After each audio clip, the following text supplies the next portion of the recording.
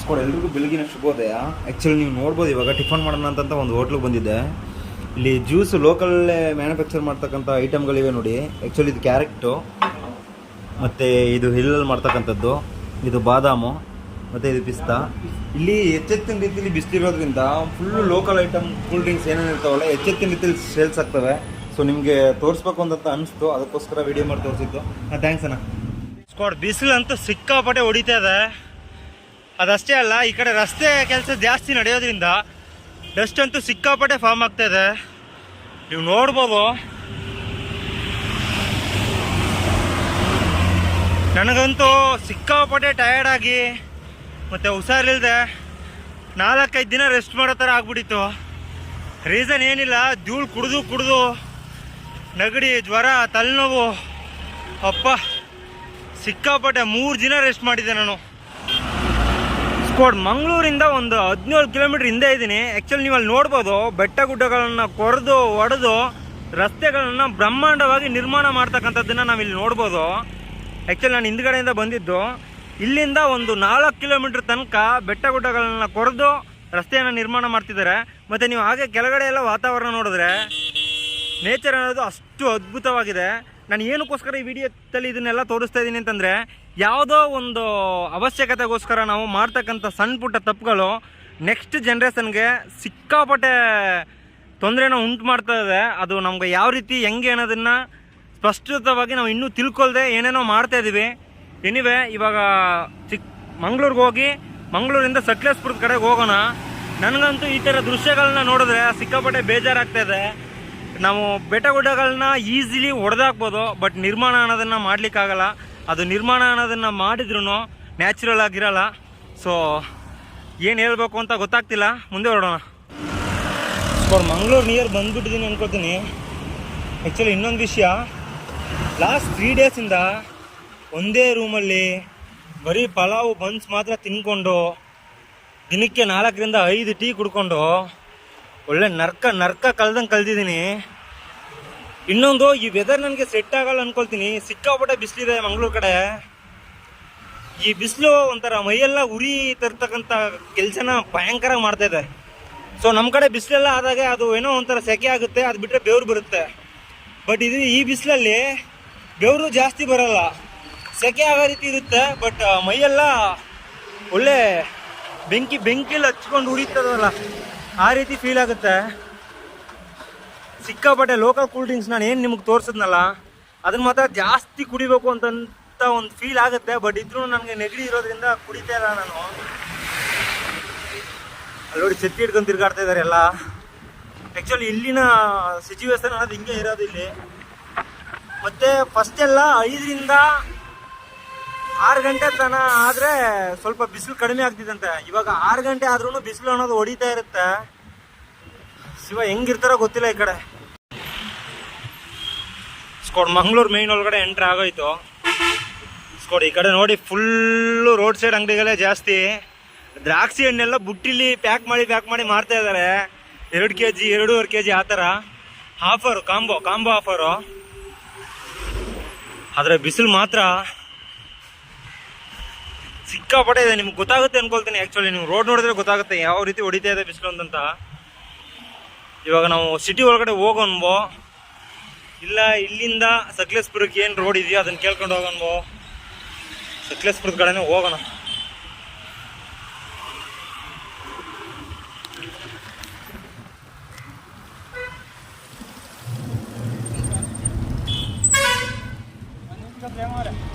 ಅಣ್ಣ ಸಕಲೇಶಪುರ ಯಾವ ಕಡೆ ಹೋಗ್ಬೇಕಣ್ಣ?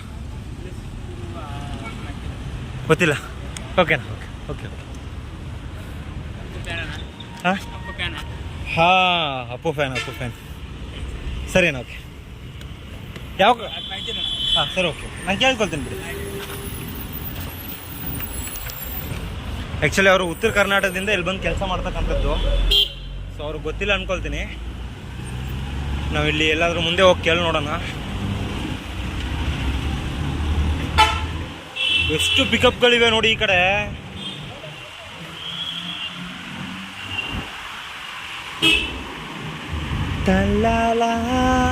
ಓ, ಪೆಟ್ರೋಲ್ ಬಂಕ್ ಇದೆ. ಅತ್ತೆ ಮನೆಯಲ್ಲೇ ಹೋಗಿ ಕೇಳಿ ನೋಡ್ಕೊಂಡು ಹೋಗೋಣ.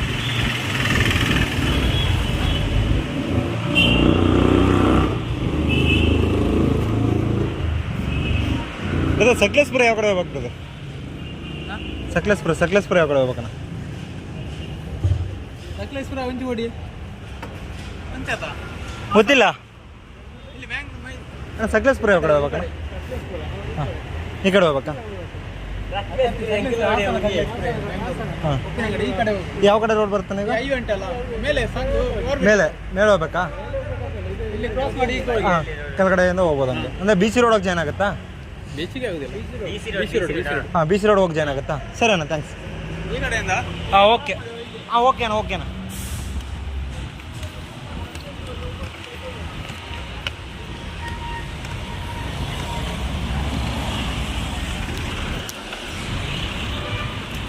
ಎಣ್ಣಿಗೂ ಅಪ್ಪ ಬಿ ಸಿ ರೋಡ್ಗೆ ಹೋಗ್ಬೇಕು ಇವಾಗ ನಾವು. ಮತ್ತೆ ಲಾಸ್ಟ್ ಟೈಮ್ ನಾವು ಮೀಟ್ ಆಗಿದ್ವಲ್ಲ ಅದೇ ಪ್ಲೇಸ್ಗೆ ಹೋಗ್ಬೇಕು.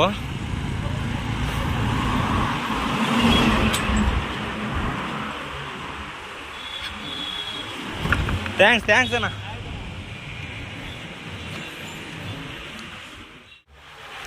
ಸ್ಕೋಟ್ ಸಿಟಿ ಬಿಟ್ಟು ಹೊರಗಡೆ ಬಂದ್ಬಿಟ್ಟಿದ್ದೀನಿ. ಆ್ಯಕ್ಚುಲಿ ನನ್ನ ಕೈಲಂತೂ ಈ ಉರು ಬಿಸಿಲನ್ನ ತಡೆಯೋಕ್ಕೆ ಆಗ್ತಾಯಿಲ್ಲ. ಸಿಕ್ಕಾಪಟ್ಟೆ ಬಿಸಿಲಿದೆ. ಮೈ ಅಂತೂ ಹಂಗೆ ದಗ ಅಂತ ಉರಿತಾ ಇದೆ. ಎಲ್ಲಾದರೂ ಒಂದೊಳಗೆ ಕುಂತು ರೆಸ್ಟ್ ಮಾಡೋಣ ಅಂತಂದರೆ ಇಲ್ಲಿ ಯಾವುದೇ ಅಂಗಡಿ ಕೂಡ ಸಿಗ್ತಾ ಇಲ್ಲ. ಹೋಟೆಲ್ಸು ಇಲ್ಲಾಂತಂದರೆ ಬೇಕ್ರಿ ಆ ಥರ ಯಾವುದೂ ಸಿಗ್ತಾ ಇಲ್ಲ. ಎಲ್ಲ ರೋಡ್ ಸೈಡ್ ಅಂಗಡಿಗಳೇ ಇವೆ. ಈ ಮನೆ ನೋಡಿ ಸಖತ್ತಾಗಿದೆ. ಅದಷ್ಟೇ ಅಲ್ಲ, ಏನಾದರೂ ಕೋಲ್ಡ್ ಐಟಮ್ ತಗೊಳ್ಳೋಣ ಅಂತಂದರೆ ನೆಗಡಿ ಬೇರೆ ಇದೆ. ಈಗ ಹೊಡಿತಿರೋ ಬಿಸಿಲಿಗೆ ಖಂಡಿತ ಕೋಲ್ಡ್ ಐಟಮ್ ತಗೊಬಿಡ್ತೀನಿ. ನೆಗಡಿ ಇನ್ನೊಂದು ಸ್ವಲ್ಪ ಆದ್ರೂ ಪರವಾಗಿಲ್ಲ, ಹಂಗಿದೆ ಪರಿಸ್ಥಿತಿ. ಅಂದರೆ ಇಲ್ಲಿ ನಿಯರೆಸ್ಟು ಸಮುದ್ರ 2-3 ಇದೆ, ಹಾಗಾಗಿ ಬಿಸಿಲು ಸಿಕ್ಕಾಪಟ್ಟೆ.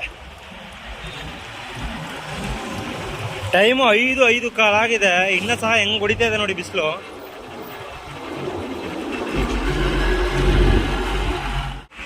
ಕೊನೆಗೆ ಬಿ ಸಿ ರೋಡೇ ಬಂದ್ಬಿಟ್ಟೆ. ಜ್ಯೂಸ್ನ ಅಂಗಡಿ ಇಲ್ಲ, ರೆಸ್ಟ್ ಮಾಡ್ಲಿಕ್ಕೆ ಯಾವುದಾದ್ರೂ ಅಂಗಡಿ ಸಿಗಲೇ ಇಲ್ಲ ನಮಗೆ. ನೋಡೋಣ ಇಲ್ಲಾದರೂ ಮುಂದೆ ಯಾವುದಾದ್ರೂ ಸಿಕ್ಕಿದ್ರೆ ಕುಂತು ಒಂದು 1/2 hour ರೆಸ್ಟ್ ಮಾಡಿ ಚಾರ್ಜ್ ಹಾಕ್ಕೊಂಡು. ಹಳೆ ಮೊಬೈಲ್ ಚಾರ್ಜ್ ಬೇರೆ ಖಾಲಿಯಾಗಿದೆ, 8% ಇದೆ ಅಷ್ಟೇ. ಆ್ಯಕ್ಚುಲಿ ಕೆಲವೊಂದು ಕಡೆ ಟ್ರಾವೆಲ್ ಮಾಡಬೇಕಾದ್ರೆ ಚಾರ್ಜ್ ಬೇಗ ಖಾಲಿ ಆಗಿಬಿಡುತ್ತೆ. ಅದು ಖಾಲಿ ಆಯಿತು ಅಂತಂದರೆ ಸ್ಟ್ರಾವ ಆ್ಯಪಲ್ಲಿ ನಾವು ಟ್ರಾವೆಲ್ ಮಾಡೋದನ್ನು ರೆಕಾರ್ಡೇ ಮಾಡೋಕ್ಕಾಗಲ್ಲ. ನೋಡಿ ಏನೋ ಫಂಕ್ಷನ್ ಅಂದ್ಕೊಳ್ತೀನಿ.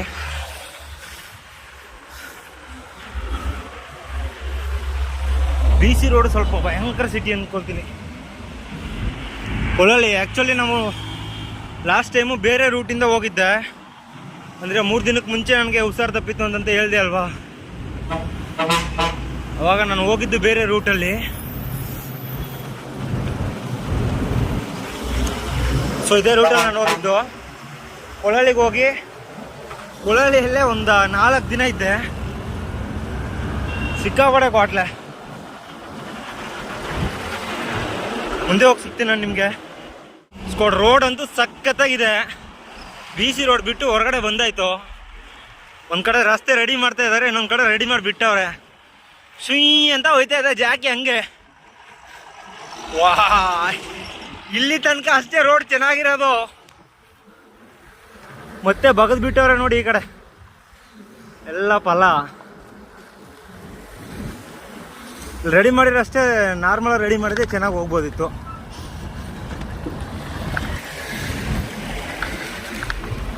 ಒಂದು ಕೈಯಲ್ಲಿ ಸೆಲ್ ಹಿಡ್ಕೊಂಡು ಇನ್ನೊಂದು ಕೈಯಲ್ಲಿ ವಿಡಿಯೋ ಮಾಡ್ಬೇಕಾದ್ರೆ ಎಲ್ಲ ಅರ್ಧಂಬರ್ಧ ಕೆಲಸ. ನಾನು ಫಸ್ಟ್ ಹೋಗಿ ಏನಾದರೂ ತಗೊಂಡು ತಿನ್ಬೇಕು ಇಲ್ಲ ಕುಡಿಬೇಕು. ಯಾಕೋ ಒಂಥರ ಸಂಕಟ ಆಗ್ಬಿಟ್ಟಿದೆ. ಇಲ್ಲಿ ಯಾವುದೋ ನದಿ ಇದೆ, ನದಿ ಒಂದು ತೋರಿಸ್ಬಿಟ್ಟು ಹಂಗೆ ವಿಡಿಯೋ ಕಟ್ ಮಾಡ್ತೀನಿ. ಅಲ್ಲೇನು ಬೆಟ್ಟ ಗುಡ್ಡಗಳನ್ನೆಲ್ಲ ಹೊಡೆದಾಗ್ತಾ ಇದಾರಲ್ಲ, ಆ ಮಣ್ಣನ್ನು ತಗೊಂಡು ಇಲ್ಲಿಗೆ ಸುರಿತಾರೆ.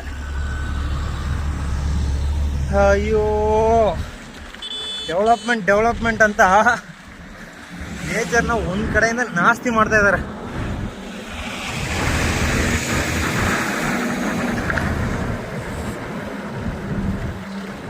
ನದಿಗೆ ಕಸವನ್ನು ಎಸೆಯದಿರಿ.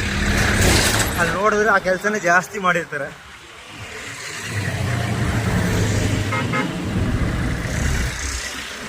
ಹಿಂಗಿದೆ ನೋಡಿ ದೊಡ್ಡ ನದಿ.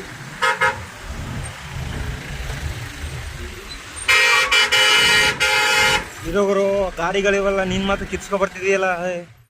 ಸ್ಕೋಡ್ ಇಲ್ಲೆಲ್ಲ ಕೆಲಸ ಮಾಡೋರು ನಿಜಕ್ಕೂ ಗಟ್ಟಿ. ಡಸ್ಟ್ ಕುಡ್ಕೊಂಡು ಮತ್ತು ಎಲ್ಲೊಂದು ಕಡೆ ಟೆಂಟ್ ಹಾಕ್ಕೊಂಡು ಅಲ್ಲಿ ಇದ್ಕೊಂಡು ಫ್ಯಾಮಿಲಿ ಎಲ್ಲ ಬಿಟ್ಟು ಊರು ಬಿಟ್ಟು ಎಷ್ಟೋ ಕಷ್ಟಗಳಿದ್ರೂ ಕೆಲಸ ಅನ್ನೋದನ್ನು ಕಂಪಲ್ಸರಿ ಮಾಡಲೇಬೇಕು. ಏನು ಮಾಡೋಕ್ಕಾಗಲ್ಲ, ಪರಿಸ್ಥಿತಿ ಅನ್ನೋದು ಎಲ್ರಿಗೂ ಒಂದೇ ರೀತಿ ಇರಲ್ಲ ಅಲ್ವಾ. ರೋಡ್ ಕಿರಿದಿದ್ರು ಇಲ್ಲೊಬ್ರು ಇಂಚರೆ ಆರ ನೋಡ್ಕೊಂಡು ಕೀ ಅಂತ ಟಾರ್ಚರ್ ಮಾಡಾಕ್ತಾ ಇದ್ದಾರೆ ನನ್ನನ್ನು. ಸ್ಕೋಡ್ ಇವಾಗ ಸ್ವಲ್ಪ ಸಮಾಧಾನ ಆಯಿತು. ಆ್ಯಕ್ಚುಲಿ ಬಂದು ಒಂದೆರಡು ಪರೋಟ ತಿಂದೆ ಮತ್ತು ಜಾಕಿ ಹೊರಗಡೆ ಹಚ್ಚಿದ್ದೀನಿ. ಇನ್ನೊಂದು ದೊಡ್ಡ ಕ್ವಾಟ್ಲೆ ಆಗಿದೆ, ಅದನ್ನು ಕೂಡ ತೋರಿಸ್ಕೊಡ್ತೀನಿ. ಅದಕ್ಕೆ ಮುಂಚೆ ನಾನು ಲೋಕಲ್ ಕೂಲ್ ಡ್ರಿಂಕ್ಸ್ ಕುಡಿದು ಮತ್ತೆ ಸಿಗ್ತೀನಿ ನಿಮಗೆ. ಆ್ಯಕ್ಚುಲಿ ಲಾಸ್ಟ್ ಸೀನ್ ನೋಡಿರ್ತೀರ ನೀವು, ಈ ಕಡೆಯಿಂದ ನಾನು ಬಂದಿದ್ದು. ಆ್ಯಕ್ಚುಲಿ ನಾನು ಲಾಸ್ಟ್ ಸೀನ್ ತೋರಿಸ್ತೆ ಅಲ್ವಾ, ಅಲ್ಲಿಂದ ಇಲ್ಲಿ ತನಕ ಒಂದು 4-5 ಕಿಲೋಮೀಟ್ರು ಕಂಬಿ ಎಲ್ಲ ಕಟ್ಬಿಟ್ಟಿದ್ರಲ್ಲ, ಪಾಲ ಅನ್ನೋದನ್ನು ನಿರ್ಮಾಣ ಮಾಡ್ತಾ ಇದ್ದಾರೆ. ಸೊ ಏನಕ್ಕೋಸ್ಕರ ನೀರು ಹಾಕಿದ್ರು ಅಂತ ಗೊತ್ತಿಲ್ಲ. ಸಿಕ್ಕಾಪಟ್ಟೆ ನೋಡಿ ಎಲ್ಲ ಕಚಡ ಥರ ಆಗ್ಬಿಟ್ಟಿದೆ. ಸೊ ಇದನ್ನು ಹೋಗಿ ಇವಾಗ ವಾಶ್ ಮಾಡಲೇಬೇಕು. ಮತ್ತು ನನ್ನದು ಡ್ರೆಸ್ ಗೀಸ್ ಎಲ್ಲ ಸಿಕ್ಕಾಪಟ್ಟೆ ಹೋಗ್ಬಿಟ್ಟಿದೆ, ನೀವು ನೋಡಿದ್ರೆ ತಿಳ್ಕೊಳ್ತೀನಿ. ಸೊ ಈಗ ಈ ಕಡೆ ಹೋಗ್ಬೇಕು ನಾನು. ಇಲ್ಲಿ ಯಾವುದಾದ್ರೂ ಒಂದು ಸಿಟಿ ಸಿಕ್ಕಿದ್ರೆ ನೋಡೋಣ, ಏನಾದರೂ ಒಳ್ಳೆ ಪ್ಲೇಸ್ ಸಿಕ್ಕಿದ್ರೆ ವಾಶ್ ಮಾಡೋ ರೀತಿ ಇದ್ದರೆ ನೋಡಬೇಕು. ಇಲ್ಲ ಅಂತಂದರೆ ಖಂಡಿತ ರೂಮ್ ತೆಗೆಯೋ ಒಂದು ಅವಶ್ಯಕತೆ ಇರುತ್ತೆ. ಲಾಸ್ಟ್ 5 ಡೇಸಿಂದ ನನಗೆ ಖರ್ಚು ಮಾತ್ರ ಕಡಿಮೆ ಅಂದ್ರೂ ಒಂದು 7,000 ರೂಪಾಯಿ ಆಗಿದೆ. ಆ ಕತೆ ನಾನು ನಿಮಗೆ ಹೇಳ್ತೀನಿ ಫೈನಲಲ್ಲಿ. ಟಿಫನ್ ಮಾಡಿ ಒಂದು 10 ನಿಮಿಷ ಡ್ರೈವ್ ಮಾಡಿಲ್ಲ ಅಷ್ಟೇ. ನೋಡಿ ಆ ಕಡೆ ಫುಲ್ಲು ರೋಡ್ ಎಲ್ಲ ಬಗ್ದಾಕ್ಬಿಟ್ಟವ್ರೆ. ಸೊ ಬಣ್ಣ ಬರಬೇಕಾದ್ರೆ ಈ ಕಡೆ ಹೋಗಿ ಅಂತ ಸಜೆಸ್ಟ್ ಮಾಡಿದ್ರು. ಈ ಕಡೆ ಹೋಗ್ತಾ ಇದ್ದೀನಿ. ಚೋಟು ಬೇರೆ ನಮ್ಮನ್ನೇ ನೋಡ್ಕೊಂಡು ಹೋಗ್ತಾ ಇದ್ದೆ ನೋಡಿ, ಕೈ ತೋರಿಸ್ತಾ ಇದ್ದೇನೆ. Hi, okay okay. ಆ್ಯಕ್ಚುಲಿ ಅವನೇನೇ ಹೇಳ್ದ, ಅರ್ಥ ಆಗಲಿಲ್ಲ ನನಗೆ. ಓಕೆ ಓಕೆ ಅಂತ ಹೇಳಿದ್ದೀನಿ. ಫುಲ್ಲು ನೋಡಿ ಎಲ್ಲ ಮಿಸ್ಟ್ ಆಗ್ಬಿಟ್ಟಿದೆ. ಹಾಗೆ ಇವ್ರು ಇಲ್ಲಿ ಹೋಗೋಕೆ ಹೇಳಿದ್ರೆ ನನ್ನನ್ನು. ಬನ್ನಿ ಬನ್ನಿ ಬನ್ನಿ.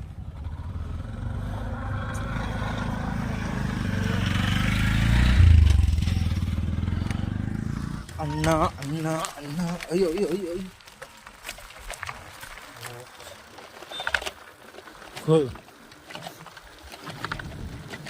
ಸ್ಕೋಡ್ ಅವ್ರು ಈ ರೋಡ್ ನನಗೆ ಸಜೆಸ್ಟ್ ಮಾಡಿದ್ರಲ್ಲ ಅಣ್ಣ, ಇದೇ ಹಿಂಗಿದೆ. ನಾನೇನಾದರೂ ಅಲ್ಲಿ ಹೋಗಿದ್ರೆ ನನ್ನ ಕತೆ ಏನಾಗ್ಬಿಡ ಇವತ್ತು. ಕತ್ಲೆ ಬೇರೆ ಆಗೋಗ್ಬಿಟ್ಟಿದೆ. ಆ್ಯಕ್ಚುಲಿ ನನಗೆ ಸ್ಟೇ ಇಲ್ಲಿ ಯಾವ ಕಡೆನೂ ಸಿಗೋಕ್ಕೆ ಚಾನ್ಸೇ ಇಲ್ಲ. ಫುಲ್ ಆ್ಯಂಡ್ ಫುಲ್ಲು ಎಲ್ಲ ರಸ್ತೆ ಕೆಲಸ ಮಾಡ್ತವ್ರೆ. ಮತ್ತು ಮಧ್ಯೆ ಎಲ್ಲೋ ಒಂದೊಂದು ಮನೆ ಇದೆ ಅಷ್ಟೇ. ಸಿಟಿನೋ ಇಲ್ಲ ಪೆಟ್ರೋಲ್ ಬಂಕೋ ಯಾವುದು ಸಿಗ್ತಾ ಇಲ್ಲ ನನ್ನ ಕಣ್ಣಿಗೆ. ಇಲ್ಲಿಂದ ಒಂದು 16 ಕಿಲೋಮೀಟರ್ ಯಾವುದೋ ಸಿಟಿ ಇದೆಯಂತೆ. ಅಲ್ಲೂ ರೂಮ್ಸು ಮತ್ತು ಸ್ಕೂಲು ಈ ಥರ ಎಲ್ಲ ಏನಾದರೂ ಇರೋದು ಡೌಟ್ ಅಂದ್ಕೊಳ್ತೀನಿ. ನೋಡೋಣ. ಬಟ್ ಇವತ್ತು ನೈಟಲ್ಲೇ ಟ್ರಾವೆಲ್ ಮಾಡೋ ಥರ ಒಂದು ಪರಿಸ್ಥಿತಿ ಉಂಟಾಯಿತು ನೋಡಿ. ಮಧ್ಯೆ ಗಿರ್ರ ಅಂತ ಬರ್ತಾ ಇದ್ದಾರೆ ಅಣ್ಣವರು. ನನಗಂತೂ ಸೈಕಲೇ ತುಳಿಯೋಕ್ಕಾಗ್ತಿಲ್ಲ. 4 ದಿನ ಗ್ಯಾಪ್ ಬಿಟ್ಟು ಮತ್ತೆ ಇವಾಗ ಸೈಕ್ಲಿಂಗ್ ಮಾಡ್ತಾಯಿದ್ದೀನಲ್ಲ, ಸೊ ಸ್ವಲ್ಪ ಸ್ಟ್ರಗಲ್ ಆಗ್ತಾಯಿದೆ. ಮತ್ತು ಇನ್ನೊಂದು ಈ ಥರ ಚಿಕ್ಕ ಚಿಕ್ಕ ಅಂಗಡಿ, ಹೋಟೆಲ್ಸು, ಅದು ಬಿಟ್ಟರೆ ಮನೆ ವ್ಯವಸ್ಥೆ ಏನಿರ್ತಾವಲ್ಲ ಅಲ್ಲೆಲ್ಲ ಹೋಗಿ ಈ ಥರ ಸೈಕ್ಲಿಂಗ್ ಮಾಡ್ಕೊಂಡು ಬಂದಿದ್ದೀವಿ. ಒಂದಿನ ಟೆಂಟಾಗಿ ಉಳ್ಕೊಳ್ತೀವಿ ಅಂತಂದರೆ ಅವಕಾಶನೇ ಮಾಡಿಕೊಡ್ಲ ಅವರು. ಅಂದರೆ ಈ ಕಡೆ ನೇಚರ್ ಹಂಗಿದೆ ಸ್ವಲ್ಪ. ಸೊ ಅವ್ರನ್ನ ನಾವು ತಪ್ಪು ಹೇಳೋಕ್ಕಾಗಲ್ಲ. ಮಧ್ಯೆ ಮಾತ್ರ ಸಿಕ್ಕಾಪಟ್ಟೆ ರೋಡ್ ಕೆಲಸ ನಡೀತದೆ ನೋಡಿ. ಮತ್ತೆ ಇಲ್ಲೂ ಅಗದು ಬಿಟ್ಟವ್ರೆ.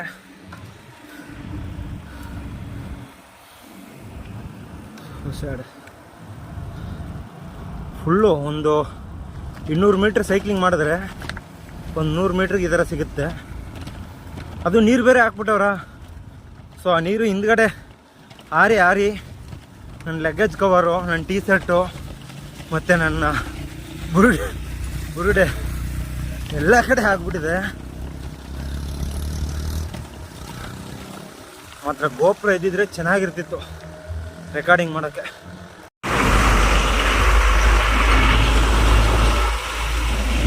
ಆ್ಯಕ್ಚುಲಿ ನೀವು ರೋಡೆಲ್ಲ ನೋಡ್ಬೋದು, ಸಿಕ್ಕಾಪಟ್ಟೆ ಖರಾಬಿದೆ. ಮುಂದ್ಗಡೆ ಹಿಂದ್ಗಡೆ ಹೋಗ್ತಕ್ಕಂಥ ಗಾಡಿ ಬೆಲ್ಕಲ್ಲಿ ಮಾತ್ರ ನಾನು ಹೋಗ್ತಕ್ಕಂಥದ್ದು. ಒಂದು ಕಡೆ ಡಸ್ಟ್ ಬೇರೆ ಎಬ್ಬಿಸ್ಬಿಟ್ಟು ಹೋಗ್ತಾ ಇದ್ದಾರೆ ಇವರು. ಇವತ್ತಿನ ಜರ್ನಿ ಅಂತೂ ನಿಜಕ್ಕೂ ಸಿಕ್ಕಾಪಟ್ಟೆ ಕ್ವಾಟ್ಲೆ ಆಗಿಬಿಟ್ಟಿದೆ.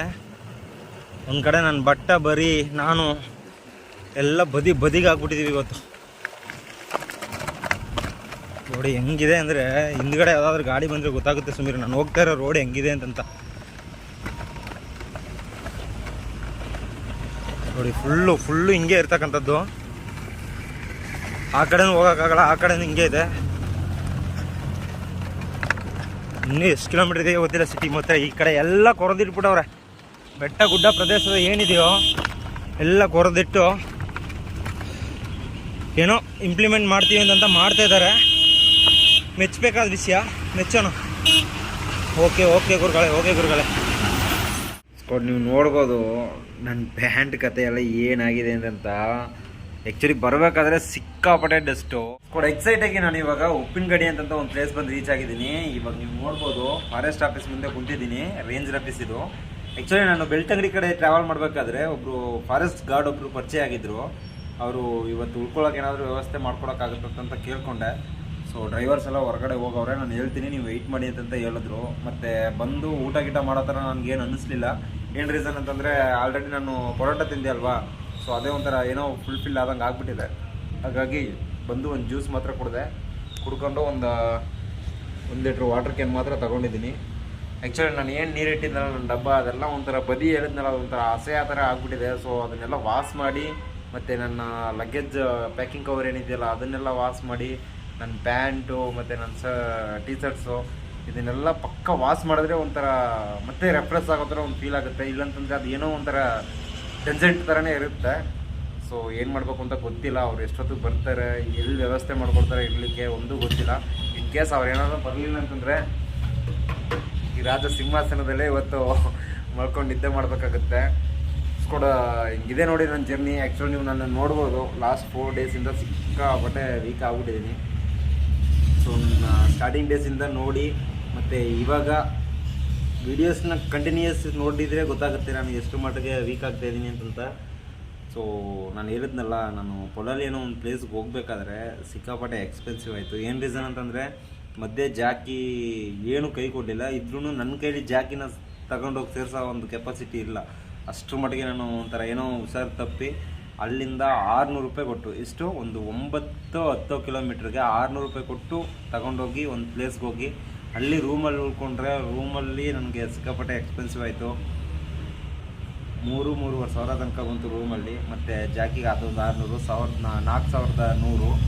ಮತ್ತು ಹೋಟೆಲ್ಸು ಅಲ್ಲಿ ಸಿಕ್ಕಾಪಟ್ಟೆ ಹೆವಿ ಕಾಸ್ಟ್ಲಿ ಅಂದರೆ ಕಾಸ್ಟ್ಲಿ. 2 ಬನ್ಸ್ ತೊಗೊಂಡ್ರೆ 50 ರೂಪಾಯಿ, ಒಂದು ಟೀ ಕುಡಿದ್ರೆ 15 ರೂಪಾಯಿ, ಈ ರೀತಿಯೆಲ್ಲ ಇರ್ತಿತ್ತು. ಸೊ ಲಾಸ್ಟ್ ಒಂದು 4 ಡೇಸಿಂದ 7,000 ನಿಯರ್ ಬಂದು ನನಗೆ ಎಕ್ಸ್ಪೆನ್ಸಿವ್ ಅನ್ನೋದಾಗಿದೆ. ಬಟ್ ಇದ್ರೂ ಇಷ್ಟೆಲ್ಲ ಖರ್ಚು ಮಾಡಿಕೊಂಡು ಮತ್ತು ಇಷ್ಟೆಲ್ಲ ಏನೋ ಒಂಥರಲ್ಲ ಹಂಗೆ ಎಷ್ಟೋ ಸ್ಯಾಕ್ರಿಫೈಸ್ ಮಾಡಿಕೊಂಡು ಏನೇನೋ ಮಾಡಿಕೊಂಡು ಒಂದು ವಿಷಯನ ಮಾಡಬೇಕು ಅಂತ ಬಂದು ಹೋರಾಡ್ತಾ ಇದ್ದೀನಿ ಅಷ್ಟೇ. ನಾನು ಆ್ಯಕ್ಚುಲಿ ನಾನು ಏನು ಮಾಡಬೇಕು ಅಂದ್ಕೊಂಡಿದ್ನೋ ಅದನ್ನು ಮಾಡ್ತಾಯಿಲ್ಲ. ಅದು ನನ್ನ ಮೇಲೆ ತಪ್ಪಿರೋಕ್ಕೇನಿಲ್ಲ. ಅಲ್ಲಿ ಆ್ಯಕ್ಚುಲಿ ಆ ಥರ ನೇಚರ್ ಅನ್ನೋದು ಆಗಿಬಿಟ್ಟಿದೆ.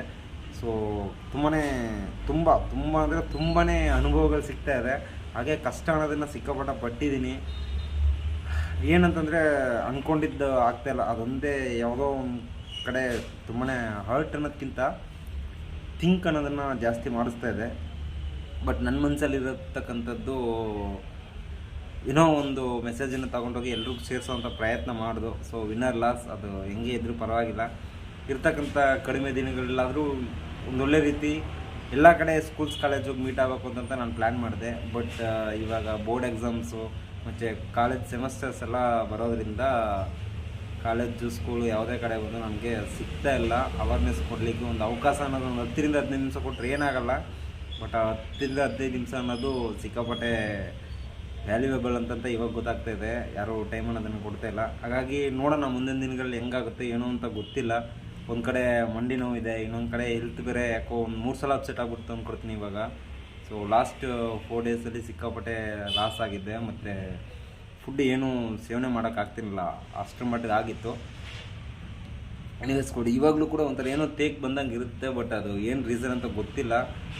ಡಾಕ್ಟ್ರ್ ಹತ್ರ ತೋರಿಸ್ದೆ ನಾನು. ಬಟ್ ಅವರು ಏನಿಲ್ಲ ನಾರ್ಮಲ್ ಇದೆ ಅಂತಂತ ಹೇಳಿದ್ರು. ಎನಿವೆ ಮೇಲೊಬ್ಬ ಇದ್ದಾನಲ್ವಾ ಅವ್ನು ನೋಡ್ಕೊಳ್ತಾನೆ. ನಮ್ಮ ಪ್ರಯತ್ನ ಅನ್ನೋದನ್ನು ಪಡೋಣ. ಬಟ್ ನನಗೆ ಏನಾದರೂ ಇನ್ ಕೇಸ್ ಟೈಮ್ ವೇಸ್ಟ್ ಮಾಡ್ತಾಯಿದ್ದೀನಿ ಅಂತ ಫುಲ್ಲು ಡೀಪಾಗಿ ಗೊತ್ತಾಯಿತು ಅಂತಂದರೆ ಬೇರೆ ಏನಾದರೂ ಸ್ಟೆಪ್ ಅನ್ನೋದನ್ನು ತಗೋಬೇಕು ಖಂಡಿತ. ಸುಮ್ಮನೆ ಟೈಮ್ ವೇಸ್ಟ್ ಮಾಡಿಕೊಂಡು ಎನರ್ಜಿ ವೇಸ್ಟ್ ಮಾಡಿಕೊಂಡು ಒಂದು ಕಡೆ ದುಡ್ಡನ್ನು ವೇಸ್ಟ್ ಮಾಡ್ಕೊಂಡು ಸುಮ್ಮನೆ ಸುತ್ತಾಡಿದ್ರೆ ಅದು ಹೆಸ್ರಿಗೆ ಸುತ್ತಾಡ್ದಂಗೆ ಆಗುತ್ತೆ. ಸೊ ಅದು ಬೇಡ. ನೋಡೋಣ ಏನಾಗುತ್ತೆ ಅಂತ. ಮುಂದಿನ ದಿನ ನನ್ನ ಫ್ಯಾಮಿಲಿ ಜೊತೆ ಕುಂತು ಮಾತಾಡಿ ಒಂದು ಒಳ್ಳೆ ಮೆಸೇಜ್ ಜೊತೆ ನಿಮ್ಮ ಮುಂದೆ ಸಿಗ್ತೀನಿ. ಹೇಳಿಸ್ಕೊಡ ನಾಳೆ ಹೊಸ ಲಾಗಲ್ಲಿ ಸಿಗೋ ತನಕ ಎಲ್ಲರೂ ಸೇಫಾಗಿ ಖುಷಿಯಾಗಿರಿ. ಅದಕ್ಕೆ ಮುಂಚೆ ನನ್ನ ಚಾನಲ್ಗೆ ಯಾರಾದರೂ ಹೊಸಬ್ರಾಗಿ ಬಂದರೆ ಮರಿದೇ ಸಬ್ಸ್ಕ್ರೈಬ್ ಆಗಿ ಬೆಲ್ ಬಟನ್ ಕ್ಲಿಕ್ ಮಾಡಿ ಆಲ್ರೆಡಿ ಇಟ್ಕೊಳ್ಳಿ. ಹಾಗಾದರೆ ನನ್ನ ಹೊಸ ವೀಡಿಯೋಸ್ ಏನು ಅಪ್ಲೋಡ್ ಮಾಡ್ತೀನಲ್ಲ ಅದು ನಿಮಗೆ ನೋಟಿಫಿಕೇಷನಾಗಿ ಬಂದು ಸೇರುತ್ತೆ. ಅದಕ್ಕೆ ಮುಂಚೆ ನನ್ನ ಹಳೆಯ ಫ್ಯಾಮಿಲಿ ಮೆಂಬರ್ಸು ದಯವಿಟ್ಟು ವೀಡಿಯೋನ ಫುಲ್ ನೋಡಿ. ಯಾರು ಫುಲ್ ವೀಡಿಯೋ ನೋಡಿಲ್ಲ ಅಂತ ಅನಿಸ್ತಾ ಇದೆ ನನಗೆ. ಸೊ ಇನ್ಮೇಲಾದರೂ ನೋಡಿ ಸಪೋರ್ಟ್ ಮಾಡಿ. ಬೇರೆ ಏನಿಲ್ಲ, ನಾಳೆ ಸಿಗ್ತೀನಿ. ಜೈ ಕರ್ನಾಟಕ ಮತ್ತೆ.